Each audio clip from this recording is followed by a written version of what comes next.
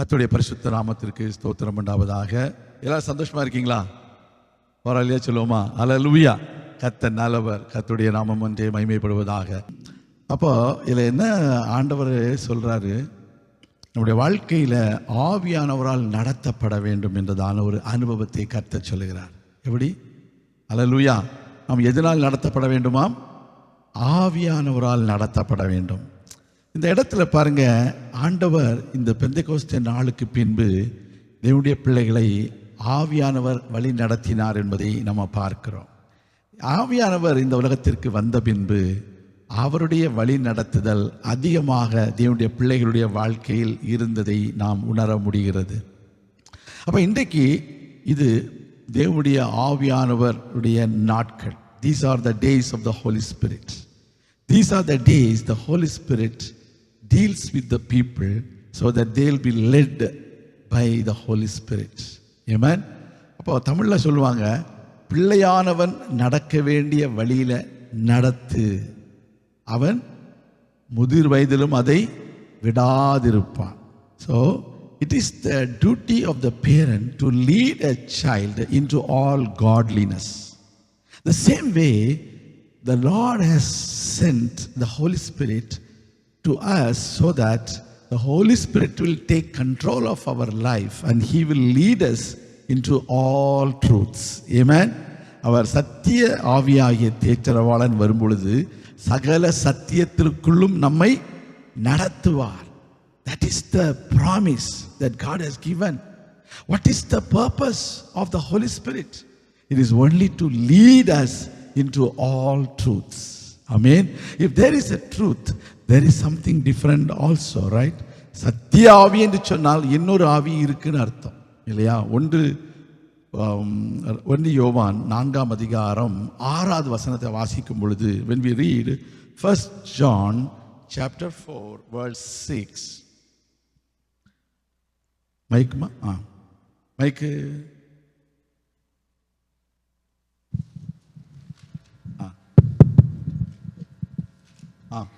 நாங்கள் தேவனால் உண்டானவர்கள், தேவனை எங்களுக்கு செவி கொடுக்கிறான். ஆமென். தேவனால் உண்டாயிராதவன் எங்களுக்கு செவி கொடுக்கிறதில்லை. இதனாலே சத்திய ஆவி இன்னதென்றும் வஞ்சக ஆவி இன்னதென்றும் அறிந்திருக்கிறோம். அல்லேலூயா. கர்த்தருடைய பிள்ளைகளே, தேவனால் உண்டானவர்கள் தேவனுடைய வார்த்தைக்கு செவி கொடுக்கிறார்கள் என்று வாசிக்கிறோம். இதை கான்டெக்ஸ்ட் ஃபர்ஸ்ட் லைன் 2 லைன் முடிச்சிட்டேன். ஓகே. எங்களுக்கு, அதாவது தேவனால் உண்டாயிராதவன் எங்களுக்கு செவி கொடுக்கிறது இல்லை. அப்படின்னா யாரை கொடுக்கிறது? அப்போஸ்தலர்களுக்கு, தேவனுடைய ஊழியக்காரர்களுக்கு. யாரு செவி கொடுக்க மாட்டாங்க? யாரு? பைபிள். நீங்க ஒன்றும் புதுசா சொல்ல வேண்டாம், வசனத்தை சொல்லுங்க. தேவனால் உண்டாயிராதவன் எங்களுக்கு செவி கொடுக்கிறது இல்லை. ஈஸியா, சிம்பிளா இருக்கா? இங்கிலீஷ்ல say, by this we know the spirit of truth. Amen. He who is not of God does not hear us. இயேசு சொல்லுகிறார், என் ஆடுகள் எனக்கு செவி கொடுக்கிறது. எல்லாம் இவங்கெல்லாம் பைபிள்லாம் கரைச்சி குடிச்சவங்க, நானும் சொல்லித்தரவே இல்லை. பாதி சொன்னா நீங்க முடிக்கணும். அல்லேலூயா. என் ஆடுகள் யாருக்கு செவி கொடுக்குது? யாருக்கு செவி கொடுக்குது? ஆண்டவராகிய இயேசு கிறிஸ்துவுக்கு செவி கொடுக்கிறது. இந்த சபையில் இருக்கிற ஆடுகள் யாருக்கு செவி கொடுக்குது? யாருக்கு செவி கொடுக்குது? உங்களுக்கு தான் தெரியும். கர்த்தருக்கு ஸ்தோத்திரம். ஆமென். நீங்க யாருக்கு செவி கொடுக்குறீங்க? யாருடைய வார்த்தையை கேட்கிறீங்க? எங்க போய் உட்கார்ந்துட்டு உட்கார்ந்து இருக்கிறீங்க? இதெல்லாம் ஆண்டவருக்கு தெரியும். ஒரு அல்லையா சொல்லுவோமா? அல்லேலூயா. நான் ஏன் ஆனதுனா, வாயை விரிவாய்த்திற உன்னை நிரப்புவேன்னு சொன்னார். அல்லேலூயா. அதனால நீங்க எங்க போய் வாயை திறக்கிறீங்களோ அங்க அனுபவங்களை நிரப்புவார். அப்போ வஞ்சக ஆவி என்ற உலகத்தில் ஒன்று இருக்குது. அந்த வஞ்சக ஆவி என்னது? இங்கிலீஷ்ல ஸ்பிரிட் ஆஃப் எரர் அப்படின்னு சொல்றது. I will say spirit of deception. ஏமாற்றுகிற ஒரு ஆவி இந்த உலகத்தில் இருக்குது. அது ஞாபகம் வச்சுக்கொள்ளுங்க. அது பைபிளில் போடவே இல்லை pastor.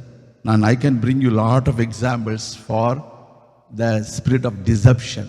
The spirit of deception will deceive the people as if that spirit with the smaller case, yes, that smaller spirit will bring lot of truth. People know. I want to tell you that is not truth. You see, in the Garden of Eden, when God created Adam and Eve, He breathed the spirit of life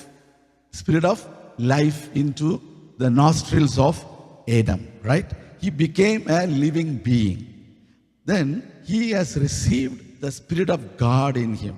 That is why this body, the skeleton body maybe, or whatever you say, that became a living being. Amen. So என்னுடைய இந்த சரீரத்தில், இந்த உடம்புல தேவ ஆவியானவர் உள்ள இருக்கிறதுனால தான் அது லிவிங் பீயிங் ஆகுது. அது லிவிங் பீயிங். ஓகே.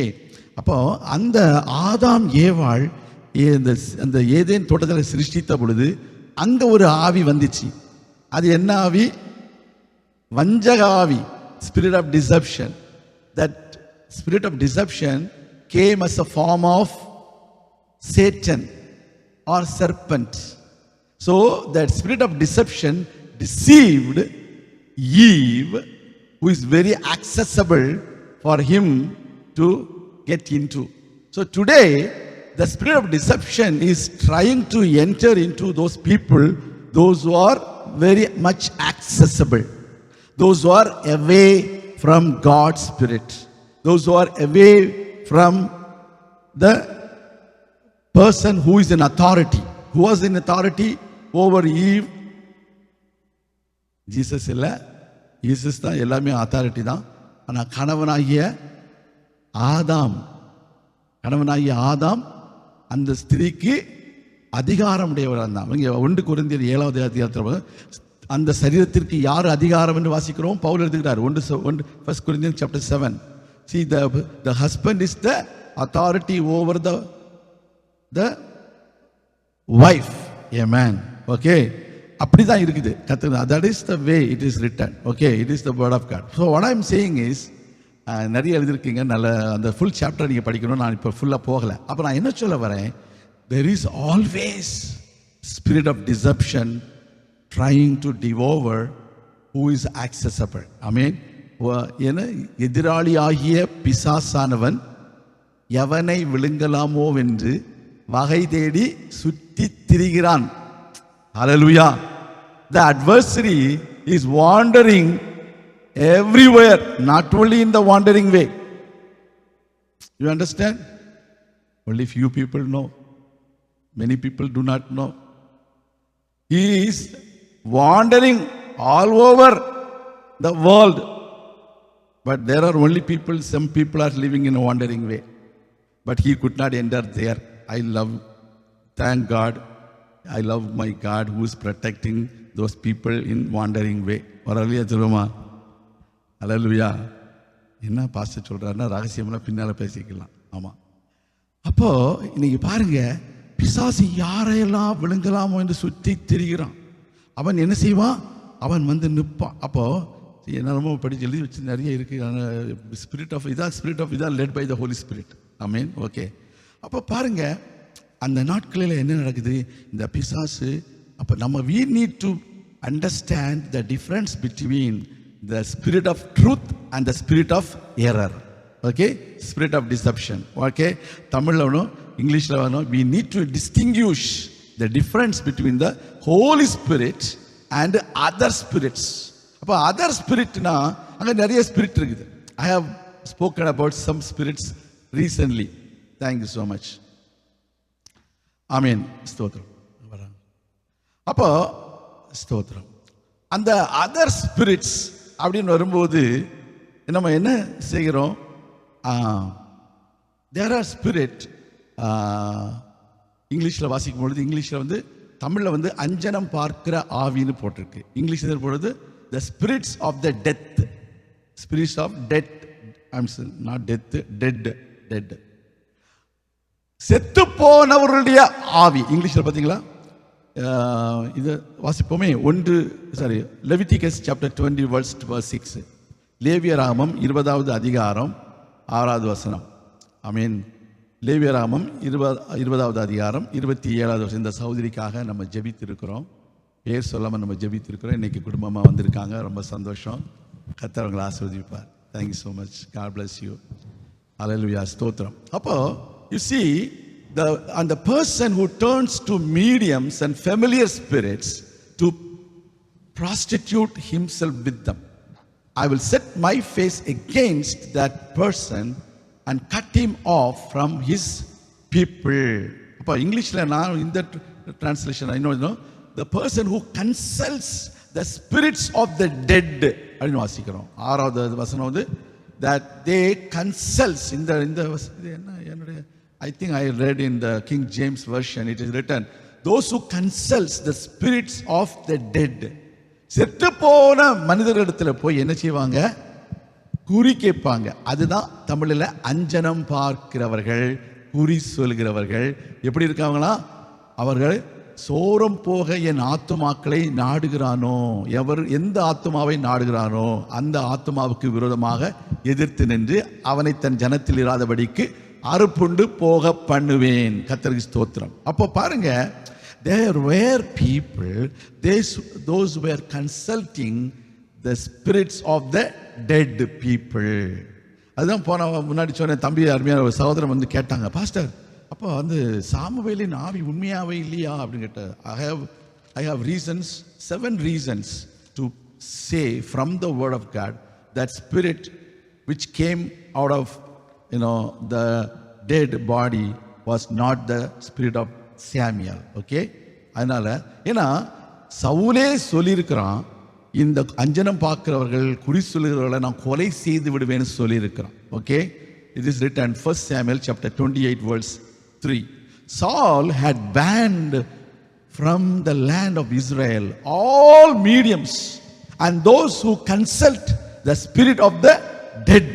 அவன் அஞ்சனம் பார்க்கிறவர்களையும் குறி சொல்கிறவர்களையும் தேசத்தில் இராதபடிக்கு துரத்தி விட்டான். அப்படிப்பட்ட சவுல் இப்ப போய் கேட்கிறான், அந்த ஆவியிட்ட போய் கேட்கிறான், அந்த குறி சொல்லுகிற ஒரு பெண்ணிடத்தில் போறான். He went to a woman who was having a spirit of divination. Spirit of divination. This spirit is called spirit of divination in the New Testament. குறி சொல்லுகிற ஆவியுடைய ஒரு ஸ்திரீ அப்படின்னு. அப்போ இன்னைக்கு நிறைய பேர் என்ன நினைக்கிறோம், கல்யாணத்துக்கு முன்னாடி என்ன செய்யணும், நேராக போய் என்ன செய்கிறோம். நிறைய பேர் உங்களை சொல்லலை, உலகத்தில் உள்ள தமிழ்நாட்டில் உள்ள நல்ல பழுத்த கிறிஸ்தவர்கள் சொல்லாங்க, போய் நல்ல நாள் பார்த்துட்டு வருவோம். கல்யாண நாள் என்னைக்கு, நல்ல நாள் என்னைக்கு, மூர்த்த நாள் என்னைக்கு. இன்னைக்கு அமாவாசையா, இன்னைக்கு கல்யாணம் வைக்காதீங்க. யார் சொல்றது இதெல்லாம்? யார் சொல்றது? கிறிஸ்தவர்கள். இதெல்லாம் என்னது? ஆண்டவருடைய நாள் பார்க்குதல், அஞ்சனம் பார்க்குதல், குறி சொல்லுதல் எல்லாம் ஆண்டவருக்கு அருவருப்பானவைகள். அதனால கர்த்தர் கொடுத்த எல்லா நாளும் நல்ல நாள். ஒரு அல்லையா சொல்லுங்க. ஆமேன். அமெரிக்காவில் சனிக்கிழமை கூட கல்யாணம் வைக்கிறோம்ல, பர்த்டே வைக்கிறோமா இல்லையா? இந்தியா போனால் மாத்திரம் என் நல்ல நாளை பார்த்து முகூர்த்த நாள் என்ன பார்த்து சொல்லுங்க. நம்ம தாத்தா எழுதி வச்ச ஜாதகத்தை கொண்டு போய், ஜாதகம் இருக்குது பாருங்க, சாதக பொருத்தமாக இருக்கா பாருங்க, பொண்ணுக்கும் மாப்பிள்ளைக்கும் இப்படி பார்த்து தானே கல்யாணம் நடக்குது இல்லையா? இன்னைக்கு எத்தனை பேர் நம்ம அப்படி இருக்கிறோம், கொஞ்சம் யோசித்து பாருங்க. அதெல்லாம் ஆண்டோடைய வார்த்தையின்படி சரியானது இல்லை. அதெல்லாம் சரியான ஆவி இல்லை. குறி சொல்கிற ஆவி என்ன ஆவி? சத்திய ஆவி இல்லை. So we always have to be led by the Holy Spirit, and the Holy Spirit will listen to God's word. Whatever the word of God says, the Holy Spirit will yield to the voice of God. Amen. கர்த்தருக்கு ஸ்தோத்திரம். அப்போ பாருங்க, அப்போ ஒரு spirit of டெத்னு ஒன்று, டெத்னே வருது. Spirit of dead, மரித்து போன ஆவியிடத்தில் கேட்கறதானது அஞ்சனம் பார்க்குதல், குறி சொல்லுதல். Okay, then there is another spirit which is called a tormenting spirit. தமிழ்ல பொல்லாத ஆவி. என்ன ஆவி? உங்களுக்கு என்ன ஆவியெல்லாம் தெரியும் சொல்லுங்க சகோதரிகள், சொல்லுங்களேன். என்ன ஆவியெல்லாம் தெரியும்? இட்லி அவிக்கும் போது ஒரு ஆவி வரும், அந்த ஆவி தான் எங்களுக்கு தெரியும். we should know different spirits, and we should be able to discern the spirits, and we should find out which is the right Holy Spirit. Because in this world you will see a lot of spirits, right? Lot of spirits. It is written spirits, right? பார்த்தது இல்லையா? எங்க அங்கங்க இருக்குங்க ஸ்பிரிட்ஸ்னு. பார்த்தீங்களா, ரொம்ப நல்லவங்க. நம்ம அட்டான தமிழ் சர்ச்சை மாதிரி ஒரு தங்கமான தேவனுடைய பிள்ளைகள் உலகத்திலே பார்க்க முடியாது. ஒரு அல்லையா சொல்லுவோம், நாங்கள் அதெல்லாம் பார்க்க மாட்டோம் பாஸ்டர். அல்லேலூயா. பேக்கேஜ் ஸ்டோர் பார்த்துருக்கீங்களா? அது என்ன சார், அங்கே போனால் பேக்கேஜ் எல்லாம் பேக்கிங் பண்ணி தருவாங்களா? இதெல்லாம் உலகத்தில் இருக்கிறது தெரிஞ்சுக்கணும். நீங்கள் தெரியாமல் பேக்கேஜ் ஸ்டோருக்கு போயிடக்கூடாது. ஏதோ பேக் பண்ணி தருவாங்கன்னு சொல்லிட்டு அங்கே போனாங்களா உங்களுக்கு என்ன கிடைக்கும்? ஸ்பிரிட் தான் கிடைக்கும். ஏங்க கெமிஸ்ட்ரி படித்தவங்களா சொல்லுங்க, இப்போ லேபில் எத்தனை பேர் நம்ம ஸ்பிரிட்டை யூஸ் பண்ணியிருக்கிறோம்? நாங்கள் தான் ஸ்பிரிட், கெமிக்கல், கெமிஸ்ட்ரி எல்லாம் படிச்சிருக்கிறோம். நாங்கள் கெமிஸ்ட்ரி மாத்திரம் இல்லை, எல்லாமே படிச்சிருக்கிறோம். ரப்பரும் படிச்சிருக்கிறோம், பிளாஸ்டிக்ஸ் படிச்சிருக்கிறோம். கர்த்தருக்கு ஸ்தோத்திரம். அப்போ கர்த்தருடைய பிள்ளைகளே, we should know different spirits, and we should be able to discern the right spirit from the spirit of error. Amen. That is the reason we should be led by the Holy Spirit. ஒரு உதாரணம் பாருங்களேன். இன்னைக்கு இந்த தம்பி வந்தார், David. I have never seen him, David. I have been to his church to Arizona. I never met him, but his dad told me he's coming today. Today means last week. நம்ம brother பென்னிக்கு தெரியும், Penney பிரதருக்கு தெரியும். Okay, நான் அவனை பார்க்கவே இல்லை. ஆனால் அங்கே வந்த உடனே ஆலோசனை, இதுதான் டேவிடு, அவனை கூப்பிட்டு அங்கே போக சொல்கிறேன்னாரு. ஸோ ஆண்டவர் சொல்லும் பொழுது நான் படத்தை கூட பார்த்ததில்லை அந்த பையனை. ஆனால் அவங்க அப்பாவும் இப்படி இருக்க மாட்டார். அவங்க அப்பா இவனை மாதிரி நல்ல ஃபயராக இருக்க மாட்டார். ஸோ அதனால் அவங்க அப்பா பற்றி எனக்கு தெரியும். ஸோ கர்த்தருடைய பிள்ளைகளை என்ன சொல்ல வரேன், when you are led by the Holy Spirit, you will be able to understand and discern the right spirit from the evil spirit. Eve did not have that ability to discern the spirit that came in the form of the serpent. She was just thinking that it is one of the animals, one of the whatever you can say friends. ஏன்னா ஆண்டவர் ஆதாமிடத்தில் சொல்கிறாரு, நான் உனக்கு ஏற்ற துணையை உண்டாக்குவேன் அப்படின்னு சொல்றாரு. சொல்லிட்டு ஏற்ற துணையை உண்டாக்கல, நாய், பூனை, கழுதை, குதிரை, பச்சங்கள் எல்லாவற்றையும் கொண்டு கொடுக்குறாரு.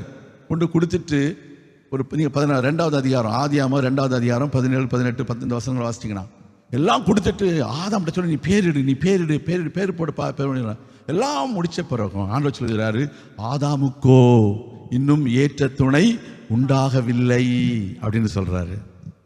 Even though God gave all the animals to Adam, he even named them, still he did not help mates. அவனுக்கு ஏற்ற துணை உண்டாகவில்லை. பாருங்க, ஆதாமுக்கோ ஏற்ற துணை இன்னும் காணப்படவில்லை. So I want to tell you, Eve would have thought it is one of the companions that God had made for them to play with. So she would have listened to that Satan or serpent, and she yielded herself. Today there are times the evil spirit will come in the form of your companion. He will come in the form of your playmates. He will come in the form of your some form. We have to be very careful, and then we have to always be very careful. அப்போ இந்த இடத்துல பாருங்க, அஞ்சனம் பார்க்கிற எல்லாரையுமே இந்த தேசத்தை விட்டு நிர்மூலமாக்கின அந்த சவுல் இப்போ அஞ்சனம் பார்க்க போயிருக்கிறான். There are times the devil can deceive even the people, those who are called. I mean, தெரிந்து கொள்ளப்பட்டவர்களையும் வஞ்சிக்கிற ஆவி கடைசி நாட்களில் உண்டாகும் என்று வேதம் சொல்கிறது, the New Testament. கூடுமானால் தெரிந்து கொள்ளப்பட்டவர்களையும் வஞ்சிப்பான். Even though you are called, you are chosen, you are special for God, still he is cunning, he is very cunning after you, because you are a child of God.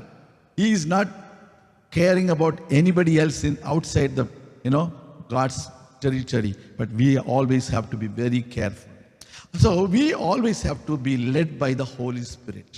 அப்போ ஆவியினால் நடத்தப்படுகிறவர்கள் எவர்களோ அவர்கள் தேவனுடைய புத்திரர் எனப்படுவார்கள்.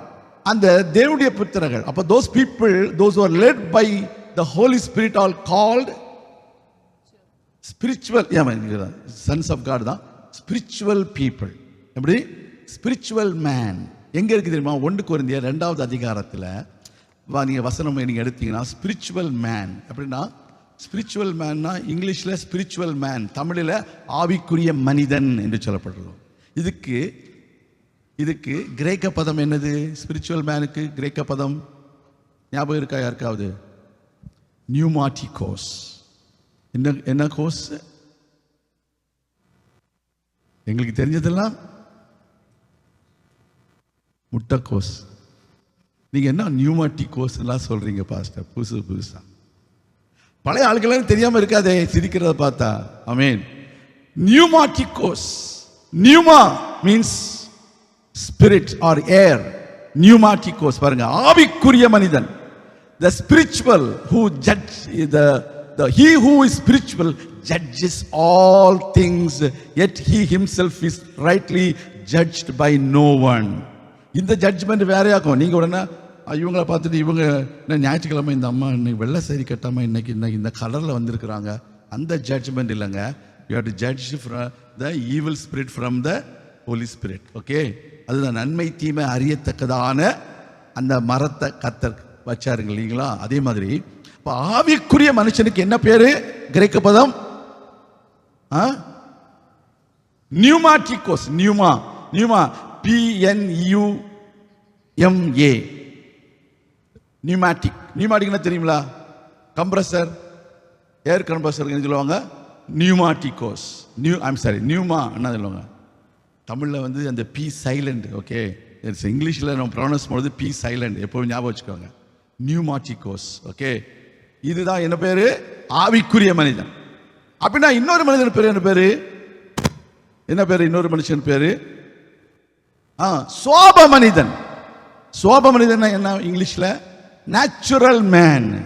Natural man இதே அதிகாரத்தில் இருக்கு, நீங்க படிக்கலாம். ஓகே, அந்த நேச்சுரல் மேனுக்கு என்ன பேரு? சுக்கிகோஸ். என்ன கோஸ்? PSUCHIKOS. இது கிரீக். சுக்கிகோஸ். ஓகே, மூணாவது மனுஷன் என்னது?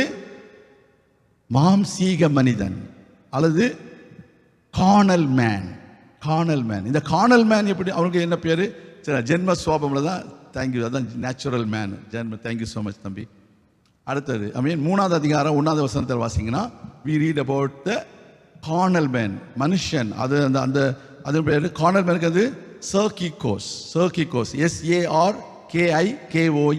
சர்கிகோஸ். இது ஞாபகம் வச்சுக்கணும். அடுத்த வாரம் கேட்பேன். முந்தைய அப்படி தான் கேட்பேன். அப்புறமா பாஸ்டர் அடுத்த வாரம்லாம் கேட்டாங்கன்னா எங்களுக்கு ஒன்றும் தெரிய மாட்டேங்குது. நீங்கள் நேராக அடுத்த செய்திக்கு போயிட்டே இருங்க பாஸ்டர். அப்புறம் இவன் என்ன? ஆவிக்குரிய மனிதன். முதல்ல ஆவிக்குரிய மனிதன். 2வது ஜென்ம சுவாபமுள்ள மனுஷன். அவன் தான் யாரு? சன்மார்க்கமான மனுஷன். சன்மார்க்கம். சில சொல்லுவீங்க, இங்க கிறிஸ்தவங்களை விட அவங்க எவ்வளவு நல்லவங்களா இருக்காங்க. அவங்க யாரு? சுவாப மனிதன். கார்னல் மேன் அப்படின்னா என்ன அர்த்தம்? மாம்சத்தின்படி நடக்கிறவன்.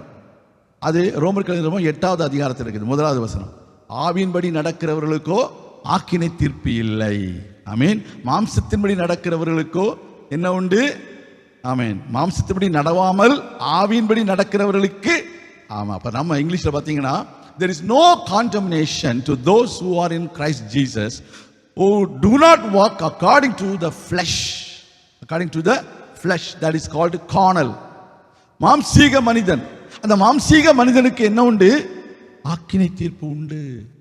ஆனா ஆவிக்குரிய மனுஷனுக்கு என்ன உண்டு? என்ன இல்லை?